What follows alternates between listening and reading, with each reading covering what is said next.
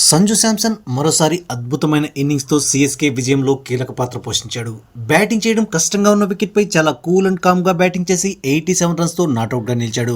మొదట్లో క్రీజ్ లో సెట్ అవడానికి కాస్త సమయం తీసుకున్నప్పటికీ కుదురుకున్నాక పర్ఫెక్ట్ గా ఏ బౌలర్ ను టార్గెట్ చేయాలో డిసైడ్ చేసుకుని మరీ రెచ్చిపోయాడు. దాంతో సిఎస్కే ఈ సీజన్ లో 5వ విజయం నమోదు చేసుకుంది.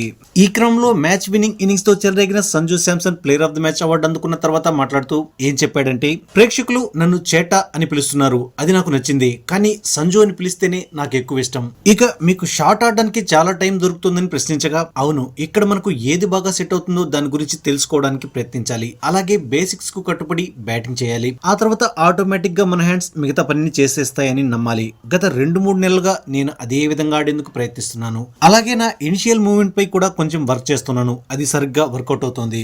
ఇక తన ట్రిగ్గర్ మూవ్మెంట్ గురించి మాట్లాడుతూ, గత 3 నుంచి 5 సంవత్సరాలుగా నేను ఆ స్టైల్ నే ఫాలో అవుతున్నాను, ఎందుకంటే మనం బ్యాటింగ్ చేస్తున్నప్పుడు కంఫర్ట్ అనేది మనకు చాలా పెద్ద కాన్ఫిడెన్స్ అందిస్తుంది. అంతేకాకుండా బౌలర్స్ పై టాక్టికల్ గా పైచేయి సాధించడానికి ఇది ఉపయోగపడుతుంది. అయితే బౌలర్ ను బట్టి, పిచ్ యొక్క కండిషన్ ను బట్టి నేను కొంచెం అటు ఇటు కదులుతుంటాను.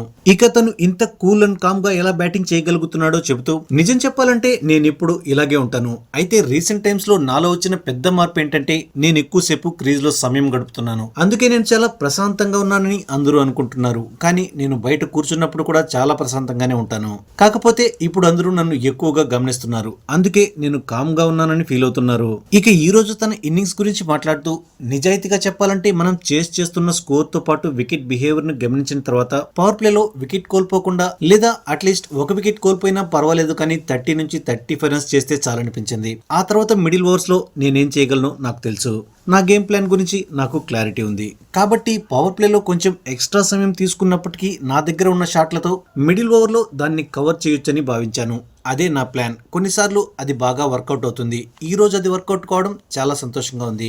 ఇక ఈ రోజు ఇన్నింగ్స్ సెంచరీ కంటే గొప్పదా అని సంజును ప్రశ్నించగా, లేదు సార్, సెంచరీలు ఎప్పుడూ ప్రత్యేకమే, ఈ రోజు కూడా సెంచరీ చేయాలన్న కోరికుంది, కానీ అది సాధించాలంటే నేను కొంచెం స్వార్థంగా ఆలోచించాల్సి ఉంటుంది.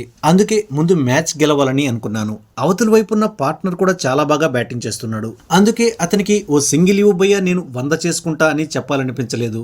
నా ఆటను నేను ఆస్వాదించాను. నాట్అవుట్ గా ఉండి మ్యాచ్ ముగించడం చాలా మంచి సాటిస్ఫాక్షన్ ఇస్తుంది.